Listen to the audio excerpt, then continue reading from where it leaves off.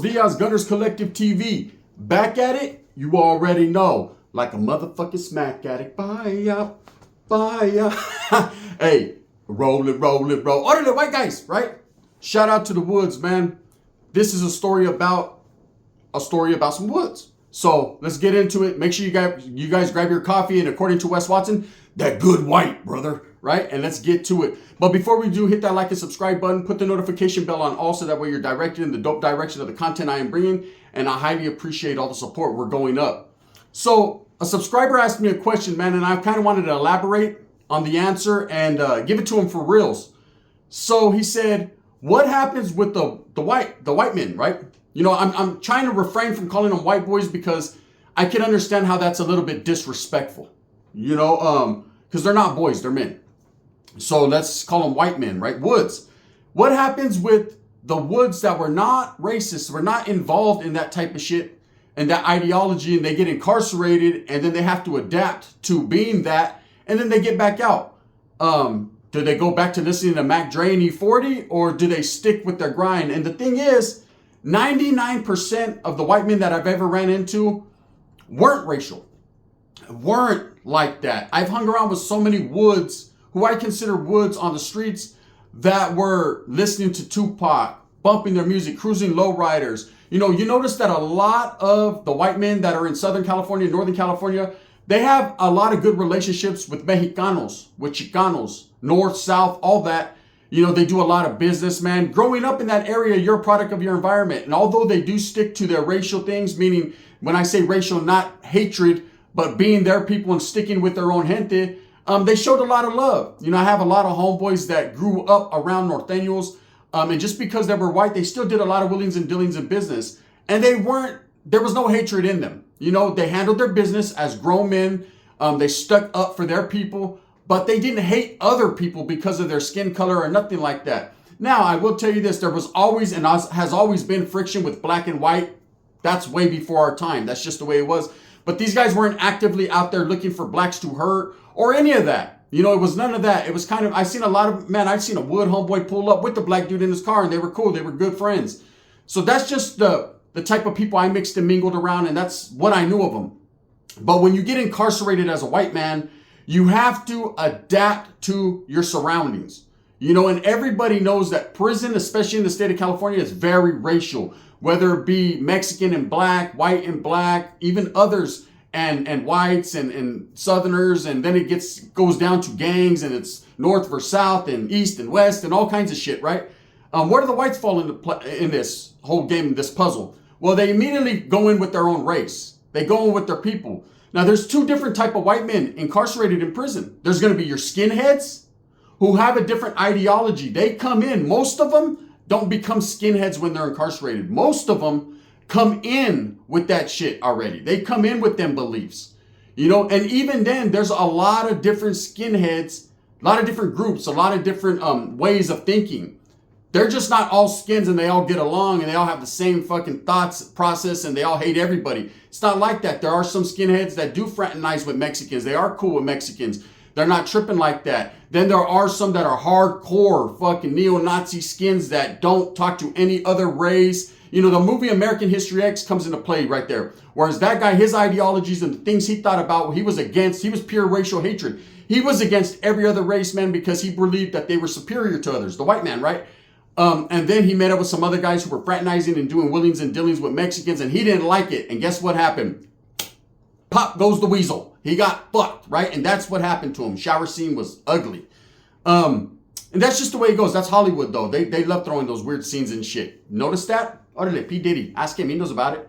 And Wes Watson surely knows about it, right? So anyways, when it comes to the woods, the guy asked me, so they go in there and they get on their white power shit. Not all of them. If you notice, a lot of the woods that you ever meet don't have white power tattooed on their body. They have white pride.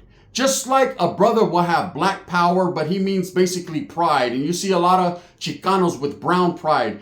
Nothing is wrong with being proud of your culture, proud of your ethnicity. You know, if anything, that's righteous. Doesn't matter who it is. When I see a guy with white pride on him, I don't automatically think that he hates me. I don't automatically think that he hates brothers or he hates everyone else that ain't white. I just think that he's proud of what he is. You only are what you are, Holmes. You're born one way and you can't change that. I mean, I know you could change fucking from man to woman and all that nowadays, but you can't never change your ethnicity. I mean, don't get it twisted. Catch me outside. How about that? She turned from white to black quick, right? But for the most part, 99% of the people are not changing who they are, just kind of sometimes what they are. Most white guys that get white pride on them, there's no intimidation there. I'm not worried about it. Now, when you see skins, of course, they have a lot of tattoos that symbolize racial hatred. A lot of things that symbolize bigotry or what you would believe is bad. But to each their own. What's wrong for me isn't necessarily wrong for the next man. Do I agree on some of the shit that they put out, the propaganda? Absolutely fucking not. Of course not. As a minority, coming from a minority group, I understand the situation here. But skinheads and woods, there's a very vast difference between them. So now we all know that once these guys get locked up, take for instance, let's just do it for instance, a young white dude gets locked up, Big Mac Dre fan, big E40, big Bay Area, kicked it with a little bit of everyone. Now he finds himself in the county jail. Immediately, the polar bears, brother, are going to approach him and ask him if he has coffee. Not if he wants coffee, but if he has coffee, right? They're going to approach him and they're going to be like, look, bro, this is the way it is. And anyone who knows what it is and grew up in California understands racial segregation, understands that's just the way it is in prison. You have to stick with your own people first and foremost, and then get to all the technical difficulties after. So you have a man that goes in that really didn't play that, and now he's having to go on the yards and do all that. And, the ideologies have changed. Now, some of these guys adapt to that and they start to run with it.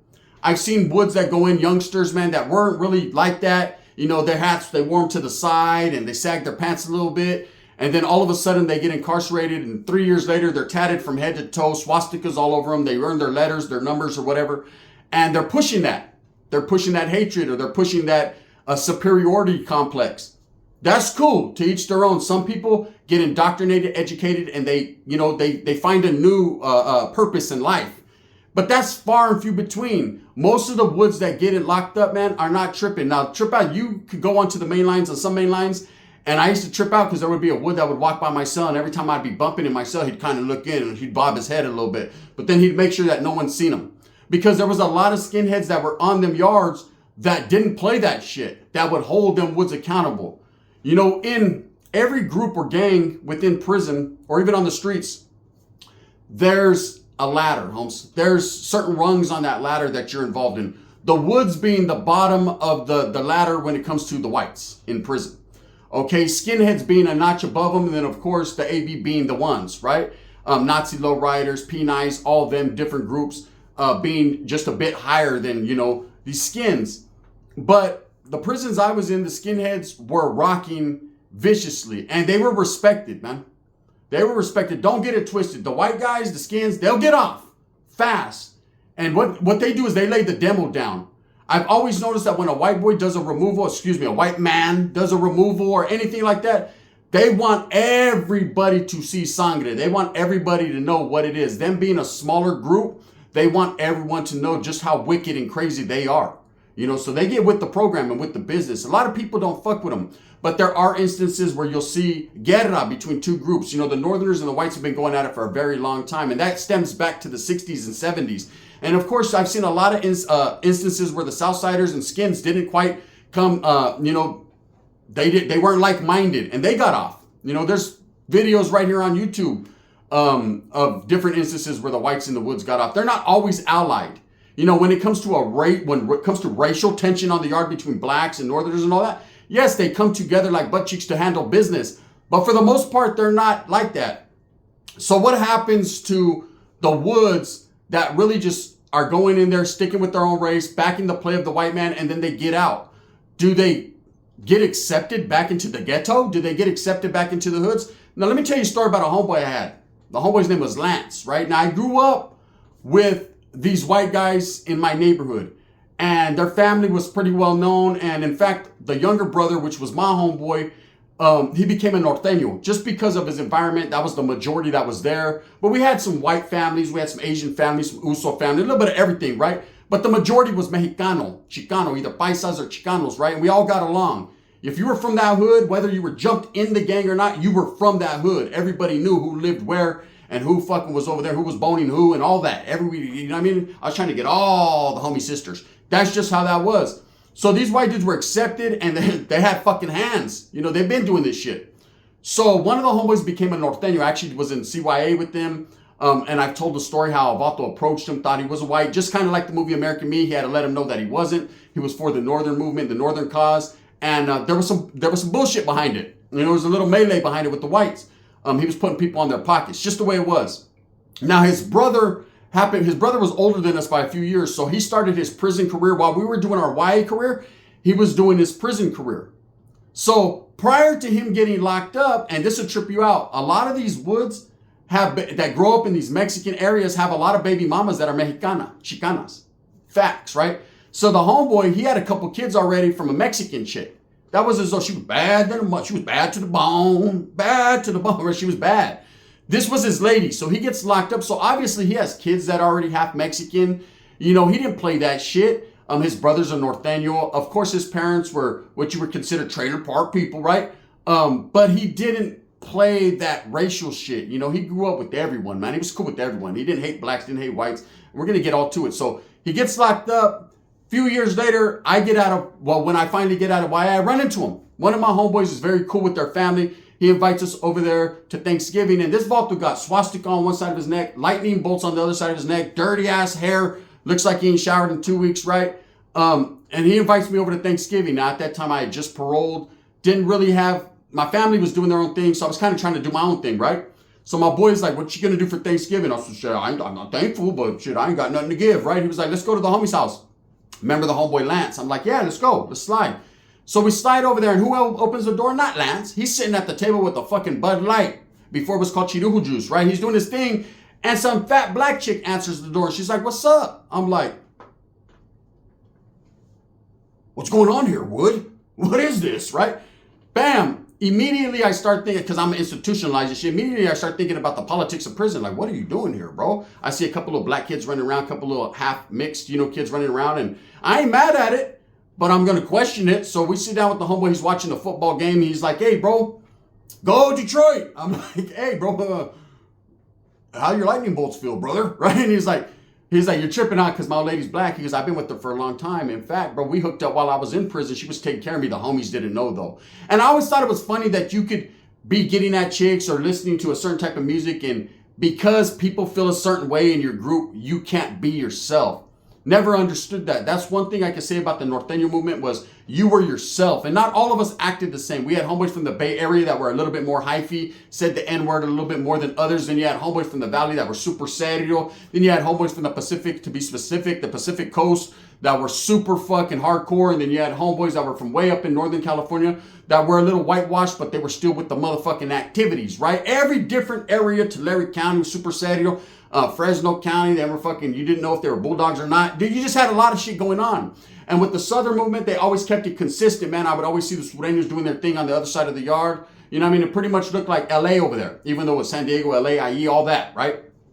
But with the whites, it was different. There was a lot of woods that you could see that were fighting the feeling. They didn't really want to do what they had to do, but it's just part of prison, man. And you have to learn that, you have to become part of that environment, whether you choose to or not. Now, I have seen woods that went in there that refused to be with the white power shit. That wasn't their belief. Maybe they had Jewish blood. Maybe they just didn't like that. They had, their old lady was an Africano or Mexican, and they tried to fight the feeling, and they got whacked, man.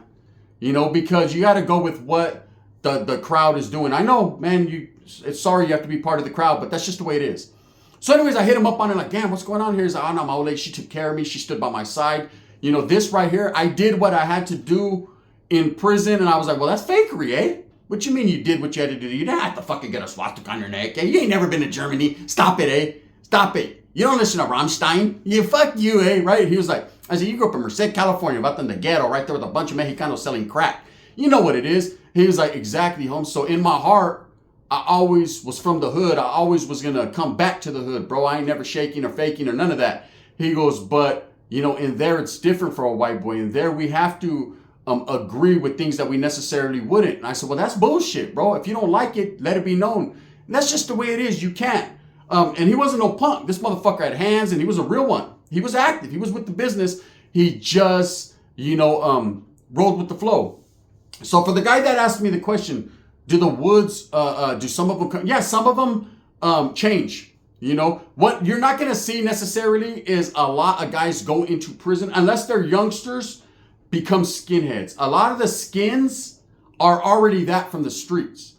And there's different stilos where you got NorCal skins that are a little bit woodish, like they're a little bit fucking deer hunting type shit. Whereas you got the skins in Southern California, like in Venice, Long Beach, Orange County area, all the way to the IE that are like, come from like those fucking party crew type, just fucking, we're not gonna take it, right? That grunge shit, big city living, and then they come together. And a lot of the times there's even interbeef between the skins because their ideologies and what they agree upon isn't always what they agree upon, if you understand what I'm saying. And the woods, pobrecito the woods, right? A lot of these guys are not with that shit, bro. But I've seen youngsters go in there that really don't know who to turn to and happen to get settled with the skin. And next thing you know, he's all blasted and he's doing that shit. And then he paroles. But it's very, very explosive, very minimal that you'll see Vatos adapt to being a skinhead. Usually the skins are what they are already, man. And they have their beliefs. Woods are different. So I've seen a lot of woods that go in, play that role, man. But they're not obligated to hate other races. They're not obligated. Their only obligation is to defend their household, defend their people if there's a threat. I've seen a lot of white boys go on the yard, be themselves, stick with their race, their people, move around smoothly, and nothing goes on that yard. They do a little 18 months, 24 months, whatever, get out and get right back to the Mac Dre shit, get right back to their program, get right back to out there fucking with Mexicans because there's no longer that obligation. See, a lot of these guys don't believe in that racial shit. There's a lot of people that are very racial, man. Even people that will sit here and tell you, oh, nah, they'll throw little fucking lugs out there, man. There's a lot of people that like to believe that I do that with blacks, and it's not the truth. The truth of the matter is I just keep it real, man. Sometimes it's going to hurt your feelings and your heart, and you're not going to like what I say, but tomorrow you might. And what I say to people, man, is I'm just going to keep it with no added preservatives and give you knowledge you can't get in college. But I'm not trying to push racial hatred towards anybody because I don't believe in that, man. I believe we're all equal. I believe we're all human beings. We all got the same type of blood. Mine's O negative, I think, right? Or positive. I don't know what it is, right? I'm just putting shit out there. But we all got the same type of sangre, man. And at the end of the day, we're the same, man. We just got different curriculums. We got different fucking agendas, I guess you would say, We're going after a different thing. But that doesn't mean any group is better or less than at all. So yes, to answer the question, a lot of the woods that go in their homes, just like I guess you would say Wes Watson, they have to go in there, they have to stick with their people, and then when they get out, they get right back to the programa, homes. I got a lot of white friends that got swastikas all over them and 23s and all that shit. And at the end of the day, man, I don't hold it against them because they don't hold the 14s or the Huelga birds against me. We just have to do what you have to do in prison. That's part of the game. Now, me, I was a little bit different. I was a true believer. I went into prison believing as a norteño, right? These guys didn't go into prison, thinking about swastikas and lightning bolts or any of that. They went in just having to do what you have to do. And the main thing in any prison, in any place, is stick with your people. Have your people's back. So the woods, it's a little bit different. It's a little bit trippy where they're not obligated to do so much, but they will defend their household. That's it. And they'll do it viciously too. Them youngsters, the ones that choose to get involved in prison groups like NLR or PNI or whatever it is, the Wolf Pack, Sacramaniacs, Fresnex, all these different groups, man, respect to all of them. But the ones that get involved, choose to. You do everything, you have choices in life. There's a lot of ones that don't want to be involved in the politics. They don't want to play that. They just want to get high, drink coffee, have a good time, watch a little bit of Lente Loco, and that's it. Because they're not with that shit. But believe me, if something racial comes on, every person will defend the household. Or you'll get fucked off. And you don't want to get fucked off as a white man because then there's going to be nowhere you can go. Because best believe there's white men on every different yard. So that everything that you do in prison follows you. It's a tail, homes, just like probation or parole. It's going to follow you. So it might not catch up right when you get there, homes, but then about a month later, they're going to say, hey, this guy fucking bowed down like the West Side Connection on the yard. He took a knee, homes. He wasn't involved. And they're going to whack you because you didn't defend the honor and the integrity of a white man. Same thing goes for the brothers and the North and South, man, Bulldogs as well. If you don't If you don't have no fucking integrity, Holmes, and you don't, that's the thing, the main thing that's asked of you. Are you willing to defend your household? And there's only one answer. The answer is yes. If you say, well, I know the way why defending the household goes, right? Guess what? You ain't going to live there then.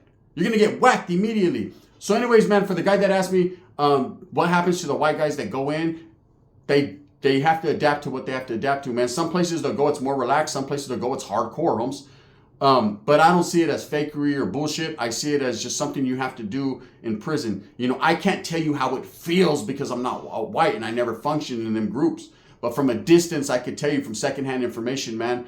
I have had homeboys that were white that actually went in there, did their white thing, Holmes, defended their people, and then got out and got right back in the game, man. And I used to tell him, hey, come here, Wood. Come on, bro, don't play me like that, bro. I said, but you are, brother. You was in there drinking hella coffee, doing the good white with Wes Watson. You know what I mean? You was in there hooping everything. You got your 128G, right? And that's just it. Anyways, with that being said, I hope that answers the question. Do the Woods have to fucking, do the racial shit? They don't have to. And just because you stick with your own people doesn't mean you're racial. It just means that's the fucking politics of prison. I see a lot of the brothers that say, all the white dudes are all racist and they're against us. And nah, they're not, bro. They don't. Blacks don't fuck with whites and whites don't fuck with blacks in prison. It goes both ways, bro. You know what I mean? And that's just real. With that being said, I hope that you move with a purpose. Get everything that you want coming. And remember, at the end of the day, it's all about the strive, the struggle, the struggle, the strive. I'm going to continue to do what I do, and that's provide the best possible content and show love to everybody, regardless of race, color, creed, all that. That's just what it is. Thumbs up or thumbs down. Heavy's going to be the head that wears the crown. I'm going to continue to strive and struggle for what I truly believe in, and that's the betterment of all people. Bang, bang. I got a double up coming later on. Ooh, it's a good one, eh? It's going to be controversial. Bang, bang.